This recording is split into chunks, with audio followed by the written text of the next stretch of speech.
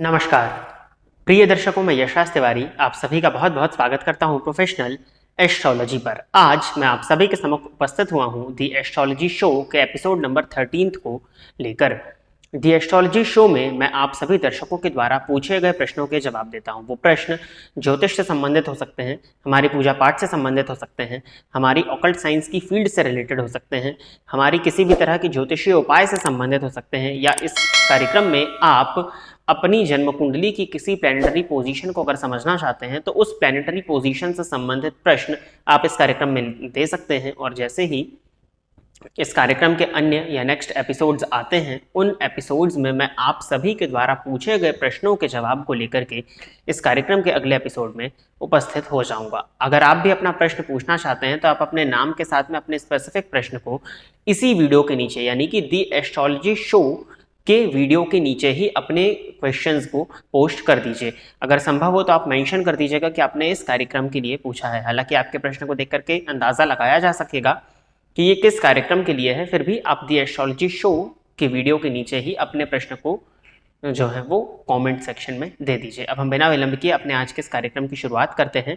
और आज के इस कार्यक्रम का जो पहला प्रश्न है ये यश जी का है। VK1817 इनकी आईडी है। इन्होंने लिखा हुआ है, काफ़ी बड़ा प्रश्न है इनका, पढ़ता हूं मैं इसको, कि हमारा मानना है गुरुजी कि इस दुनिया में चेंज लाना है हमको।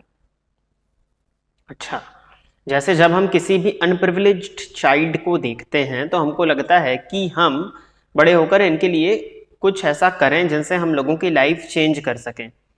ऐसा किस ग्रह की वजह से होता है? परोपकारिता की आप बात कर रहे हैं मेनली, तो परोपकारिता के लिए जन्म कुंडली का 12वां भाव लग्न आपका और 9वां भाव लग्नेश, नवमेश, द्वादशेश और गुरु की स्थिति को देखना होता है। यदि आपकी जन्म कुंडली के 9वां भाव या नवमेश से गुरु का संबंध हो तो ऐसा जातक परोपकारी होता है। लग्न या लग्नेश से गुरु का संबंध हो तो ऐसा जातक परोपकारी होता है। लग्नेश और नवमेश का संबंध हो तो भी ऐसा जातक परोपकारी होता है। द्वादश भाव, द्वादशेश का संबंध गुरु से हो तो भी जातक परोपकारी होता है। गुरु की दृष्टि 12वें भाव इत्यादि पर पड़े तो भी जातक परोपकारी होता है। उसके मन में धर्म करने की, दान करने की भावना होती है। नवमपति का संबंध 12वें भाव के अधिपति से बन जाए किसी शुभ भाव में तो भी ऐसा जातक दानी प्रवृत्ति का या परोपकारी देखने में आ जाता है। लग्नेश और भाग्येश का आमने सामने होना या लग्नेश और भाग्येश की युति भी व्यक्ति को धार्मिक बनाती है। तो मेनली अगर देखा जाए तो जन्म कुंडली का लग्न 9वां भाव और 12वां भाव इस चीज के लिए देखा जाता है। गुरु को इन चीजों का कारक कहा गया है। केतु का अत्यधिक बली होना या केतु का 4, 8, 12 में होना भी व्यक्ति को, मेनली अष्टम को तो नहीं कहा जाएगा लेकिन फिर भी 4, 8 और 12 ये मोक्ष त्रिकोण है और इन भावों में केतु का होना भी कहीं ना कहीं व्यक्ति को परोपकारी बना देता है अगर अन्य ग्रह स्थितियां अच्छी हो तो। और केतु अधिष्ठित राशि या केतु जिस नक्षत्र में संचरण कर रहे हैं उस नक्षत्र के अधिपति की स्थिति अच्छी हो तो। और इन्होंने लिखा है, असली धन क्या है गुरुजी? बैंक बैलेंस या लाखों दुआएं जो लोग हमको देंगे हमारे अच्छे कर्मों के लिए। अच्छा, घर में सब मानते हैं कि धन लेकिन हमारे लिए दुआ है, तो ऐसा हमको किस ग्रह के प्रभाव में लगता है? हमारा फाइनल सेटिस्फेक्शन केवल सक्सेस और डोनेशन है, ऐसा किस ग्रह की वजह से होता है? देखिए, ये जो प्रश्न आपने किया है ये बहुत बृहद प्रश्न है और अगर इस प्रश्न को मैं समझाऊं तो संभव है कि यही एक एपिसोड आधे घंटे का हो जाए। तो वो तो हम नहीं कर सकते यहाँ पर क्योंकि एक टाइम लिमिट है एक एपिसोड के लिए जो कि निर्धारित है। असली धन क्या है? दोनों ही चीजें असली धन है। मुझे लगता है कि असली धन बैलेंस है। बैलेंस बनाना, धर्म, अर्थ, काम और मोक्ष, इन 4 चीजों पर ही हमारा जीवन चलता है। इन चारों चीजों से होकर के हमको गुजरना होता है और एट लास्ट हम मोक्ष के अधिकारी बनते हैं। अगर हम इन तीनों में से किसी भी एक चीज को फुलफिल नहीं करेंगे तो हम चौथे के अर्थात कि मोक्ष के अधिकारी नहीं है। जन्म कुंडली का 1, 5, 9 धर्म त्रिकोण है। जन्म कुंडली का 2, 6वां और 10वां भाव अर्थ त्रिकोण है। 3, 7वां और 11वां भाव काम त्रिकोण है और 4, 8वां और 12वां भाव ये मोक्ष त्रिकोण है। मोक्ष के विषय में शायद मैंने इसके पहले प्रश्न में आपको बताया। तो इन चारों ही भावों का आप कह लीजिए या इन चारों ही चीजों का फुलफिलमेंट करना ही आपके जीवन का उद्देश्य होता है। अगर आप पूछें मुझसे कि सनातन धर्म के दृष्टिकोण से एक व्यक्ति के जीवन का उद्देश्य क्या है तो वो यही है कि इन चारों चीजों को फुलफिल करना। अब 4 चीजों को फुलफिल करने के लिए आपको 25% में इसको डिवाइड करना होगा। ये मैं आपको समझाने के लिए बता रहा हूं। तो इन चारों ही चीजों में बैलेंस बनाना सबसे बड़ी चीज है, बैलेंस बनाना। अब इसको अगर देखा जाए असली धन क्या है तो भौतिक दृष्टिकोण से देखा जाए तो ऑब्वियसली बैंक बैलेंस ही असली धन है, क्योंकि धनवान बलवान लोके सर्वे सर्वत्र सर्वदा। तो जो धनवान है वही बलवान है। तो अगर आपके पास धन होगा तभी आप बलवान होंगे। और अगर प्रैक्टिकली इस चीज को देखा जाए तो लाखों लोगों की दुआएं भी आपको तभी मिलेंगी जब आप उनका कुछ भला करेंगे, और भला करने के लिए धन होने की जरूरत तो पड़ेगी ही पड़ेगी। और वो बात भी सही है कि उगते सूरज को हर कोई सलाम करता है, क्योंकि उगता हुआ सूरज लोगों को रोशनी देता है। तो अगर आप जब लोगों के लिए कुछ करेंगे तभी लोग आपको सलाम करेंगे।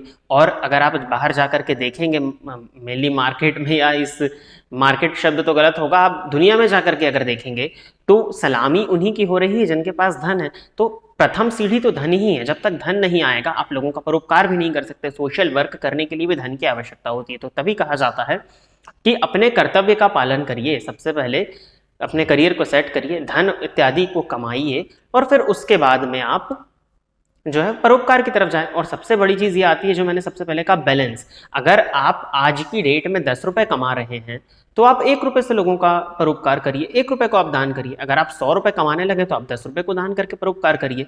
अगर आप 1000 रुपए कमाएं तो आप 100 रुपए को दान करिए। और जब आपकी स्थिति हो कि आप 10,000 कमाने लगे तो आप 1000 रुपए देकर के करिए। और जब भगवान ने चाहा अगर 1 लाख होती है तो फिर आप 10,000 देकर के करिए।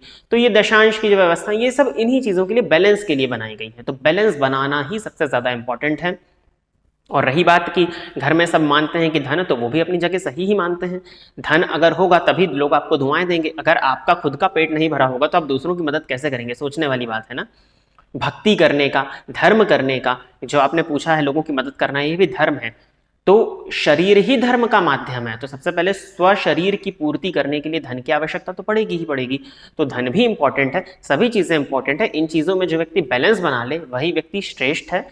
और बैलेंस बनाना ही इन सब चीजों में आपको जो मोक्ष का वो अधिकारी बना सकता है। तो सभी चीजें जरूरी हैं। आपको सेटिस्फेक्शन अगर डोनेशन में मिल रहा है तो उस डोनेशन को करने के लिए भी आपको पहले धन अर्जित करना होगा। तो धन से ही डोनेशन हो पाएगा। और यह किस ग्रह की वजह से होता है तो मैंने आपको पहले बताया, जो प्रथम प्रश्न में ये गुरु केतु इत्यादि और जो भाव का मैंने आपको बताया, उन भावों की वजह से ऐसा देखने में आता है। पंचमेश के अधिक बली होने से भी व्यक्ति, क्योंकि वह नवम से नवम है, व्यक्ति धार्मिक और दानी प्रवृत्ति का, परोपकारी प्रवृत्ति का हो जाता है। अगला प्रश्न है पार्थसारथी लोध जी का कि सर, मेष लग्न की कुंडली में राहु 10th हाउस में हूं तो शत्रु की वृद्धि करता है या नाश करता है? क्या गोमेद धारण किया जा सकता है राहु की दशा में? दशम स्थान का राहु अति विशिष्ट कारक माना गया है। मेष लग्न की कुंडली में दशम स्थान में मकर राशि में है। तो अगर शनि की स्थिति को देख लीजिए और राहु जिस नक्षत्र में संचरण कर रहे हैं उस नक्षत्र के अधिपति की स्थिति को देख लीजिए। पहली चीज, दशम भावस्थ राहु की दृष्टि, नवी दृष्टि षष्ठ भाव पर पड़ेगी और राहु की दृष्टि विच्छेदात्मक है। षष्ठ भाव आपके रोग रिपु और ऋण का है। तो जो शत्रु हैं, शत्रुओं को तो वो आपसे दूर करेगी। और ये कहीं ना कहीं षष्ठ भाव पर राहु की दृष्टि का पड़ना शत्रुहंता योग तो ये बना ही देगा। तो ये शत्रु का एक तरह से नाश ही करता है अगर बल है। और षष्ठेश के पास में भी बल होने की जरूरत है। षष्ठेश की स्थिति को भी देखना होगा। बाकी मेष लग्न की कुंडली में राहु की दशा में गोमेद धारण नहीं किया जा सकता। गोमेद धारण करने से आपको पूरी तरह से बचना चाहिए। मेष लग्न के आप हैं, दशम भाव में राहु है, और अगर आपको राहु की महादशा चल रही तो आपको लाजवर्त धारण करना चाहिए। लाजवर्त धारण करना आपकी राहु की महादशा से संबंधित जो परेशानियां हो रही हैं, बुद्धियाविहीन इत्यादि वाली शिकायतें, उसमें काफी हद तक कमी देखने में मिलेगी। और गोमेद तो आपको भूलकर भी धारण नहीं करना है। अगर किया हुआ है तो उसको तुरंत ही आप आज के आज, अभी के अभी उतार दीजिए। अगले प्रश्न की तरफ चलते हैं। ये चेतराम ठाकुर जी का है। इन्होंने कहा है कि धनु लग्न के अष्टम भाव में पुष्य नक्षत्र में स्थित गुरु की महादशा का क्या फल होगा? धनु लग्न की कुंडली के अष्टम भाव में अगर देखा जाए तो कर्क राशि आएगी और पुष्य नक्षत्र कर्क राशि में आता है। तो ठीक है, वहां पर अगर गुरु बैठे हैं तो उच्च राशि में बैठे हैं। लग्नेश और चतुर्थेश होकर के अष्टम भाव में उच्च के हुए हैं। गुरु पर किसी भी अन्य ग्रह की दृष्टि संबंध भी नहीं है, ठीक है। तथा चंद्रमा जो कि गुरु अधिष्ठित राशि के स्वामी बनेंगे आपकी कुंडली में, तथा चंद्रमा पंचम भाव में राहु के साथ है। कृपया बताएं। तो गुरु अधिष्ठित राशि का स्वामी पंचम भाव में राहु के साथ में बैठा हुआ है। तो गुरु अधिष्ठित राशि का स्वामी पंचम भाव में अर्थात मेष राशि में है। तो आपकी राशि मेष है, अब वो राहु के साथ है। राहु की दृष्टि लग्न पर पड़ रही है। तो राहु की दृष्टि लग्न पर होने से एक अज्ञात भय की स्थिति तो आपके साथ बनेगी। लग्नेश अष्टम भाव में बैठे हैं तो गुप्त चीजों का विचार करना। आपने कहा है कि गुरु की महादशा है तो ये पेट से संबंधित परेशानियां तो आपको देगा, क्योंकि उच्च राशि में है, उसके बाद भी गुरु का अष्टम भाव से संबंध होना ये परेशानियां देगा। लेकिन अगर आपकी उम्र ज्यादा है, या उम्र का तो इसमें कोई लेना देना नहीं है, गुरु अष्टम भाव में बैठे हुए हैं तो अष्टम भाव में उच्च राशि में होकर के बैठे हुए हैं, और गुरु अधिष्ठित राशि का स्वामी भी त्रिकोण में जाकर के बैठा हुआ है, तो ये धार्मिक वृत्ति को जागृत करने वाला तंत्र मंत्र ज्योतिष इत्यादि में आपकी जो रुचि है वो उसको बढ़ाने वाला। 12वें भाव पर गुरु की दृष्टि पड़ेगी तो जो इसके पहले ये प्रश्न यश जी ने जो प्रश्न किया था, तो परोपकारिता पर आपका ध्यान जाएगा, लोगों की मदद करने में आपका ध्यान जाएगा, धार्मिक यात्राओं की तरफ आपका ध्यान जाएगा, तो उसके लिए अच्छा है। द्वितीय भाव पर गुरु की दृष्टि पड़ेगी तो धन की वृद्धि ही करेंगे, और जब धन होगा तभी ये सब चीजें आप कर पाएंगे। और चतुर्थ भाव पर गुरु की दृष्टि है, गुरु की महादशा होगी जो कि उनका खुद का घर है, तो भूमि भवन और वाहन के सुख की प्राप्ति भी ये दशा आपको अष्टम भाव में बैठे हुए गुरु भी करा सकते हैं। परंतु वजन बढ़ने की शिकायत, पेट से संबंधित परेशानी, लिवर की परेशानी, गलत खानपान अगर आप करते हैं तो उस गलत खानपान की वजह से स्वास्थ्य से संबंधित परेशानियां आपको देखने में मिलेंगी, तो इस चीज का आपको ध्यान रखने की आवश्यकता है। बाकी शनि की स्थिति को भी आप एक बार देख लीजिएगा, क्योंकि गुरु पुष्य नक्षत्र में संचरण कर रहे हैं और पुष्य नक्षत्र शनि का नक्षत्र है। एक प्रश्न और है, अरिजीत तिवारी जी का है कि सर अगर 6th एंड 12th में राहु एंड केतु हो तो वो हमेशा वक्री रहते हैं। बिल्कुल, राहु केतु हमेशा वक्री रहते हैं, तो क्या ये उच्च का ही फल देंगे? नहीं, ऐसा बिल्कुल भी नहीं है। राहु 6th भाव में कारक होते हैं और जो केतु है वो 12वें भाव में कारक होते हैं। राहु का 6ठे भाव में होना इस बात को प्रदर्शित करता है कि व्यक्ति के रोग रिपु और ऋण उससे दूर हो जाएंगे, क्योंकि राहु का 6th भाव में होना उनको कारकत्व की प्राप्ति वहां पर हो जाती है। और राहु 6th भाव में हो तो एक चीज देखने में जरूर आती है, अगर अन्य ग्रह स्थितियां कमजोर पड़ रही हैं तो, कि जातक का जो धन है वो गलत जगह पर खर्च होता है, गलत खानपान इत्यादि में खर्च होता है, गलत संगति की वजह से खर्च होता हुआ देखने में आया है।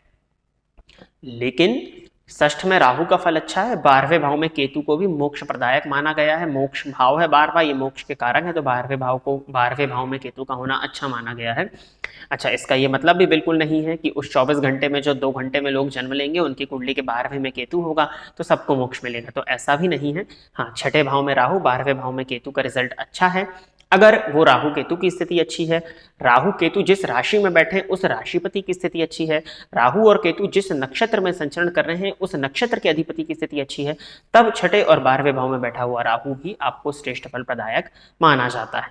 और ये हमेशा वक्री रहते हैं, लेकिन ये बिल्कुल नहीं है कि उच्च का ही फल देंगे। ये उच्च का फल तो तभी देंगे जब ये वृषभ राशि में राहु हो 6ठे भाव में, और केतु जो है वो जाकर के आपके वृश्चिक राशि में बैठे हुए 12वें भाव में, तो धनु लग्न की कुंडली में ही बनेगा, ये तभी होगा। कुछ ऋषियों के मत में मिथुन और धनु में भी राहु को उच्च माना गया है, तो ये मकर लग्न, तो मेनली इन्हीं 2 लग्न की जन्म कुंडली में धनु लग्न और मकर लग्न में ही ये होगा कि राहु यहाँ पर उच्च के होंगे, और फिर इन राशि जो 12वें और 6ठे भाव में आ रही इन राशि के अधिपति की स्थिति अच्छी होगी, तभी ये उच्च का फल देंगे। बाकी राहु और केतु का 12वें और 6ठे भाव में वक्री होकर के बैठना इस बात को नहीं प्रदर्शित करता कि ये उच्च का फल देंगे, तो ये बात टोटली गलत है। जब वो उच्च राशि में होंगे तभी वो उच्च का फल प्रदान करेंगे। तो प्रिय दर्शकों, इतने ही प्रश्न आप सभी ने किए थे, और इतने ही प्रश्नों का जवाब लेकर के मैं दी एस्ट्रोलॉजी शो के एपिसोड नंबर 13 में आप सभी के सम्मुख उपस्थित हुआ था। आशा करता हूं कि जिन भी लोगों के प्रश्न का मैंने जवाब दिया वो सभी अपने प्रश्न के जवाब से संतुष्ट होंगे। यदि आप भी अपना प्रश्न, इसी तरह का प्रश्न मुझसे पूछना चाहें तो आप इसी वीडियो के कमेंट सेक्शन में अपने प्रश्न को दे दीजिए। जैसे ही द एस्ट्रोलॉजी शो का नेक्स्ट एपिसोड आता है,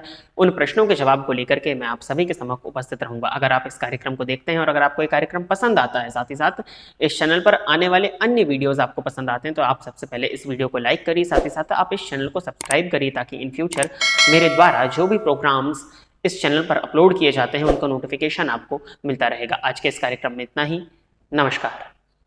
फोन पर बात करके कुंडली दिखाने के लिए एवं ज्योतिष से संबंधित अन्य सर्विसेज के लिए आप स्क्रीन पर दिए गए नंबर पर कॉल या व्हाट्सएप कर सकते हैं। साथ ही साथ अब आप मेरे अकाउंट को फेसबुक और इंस्टाग्राम पर भी फॉलो कर सकते हैं, जिसका यूजर नेम आपकी स्क्रीन पर दिया हुआ है।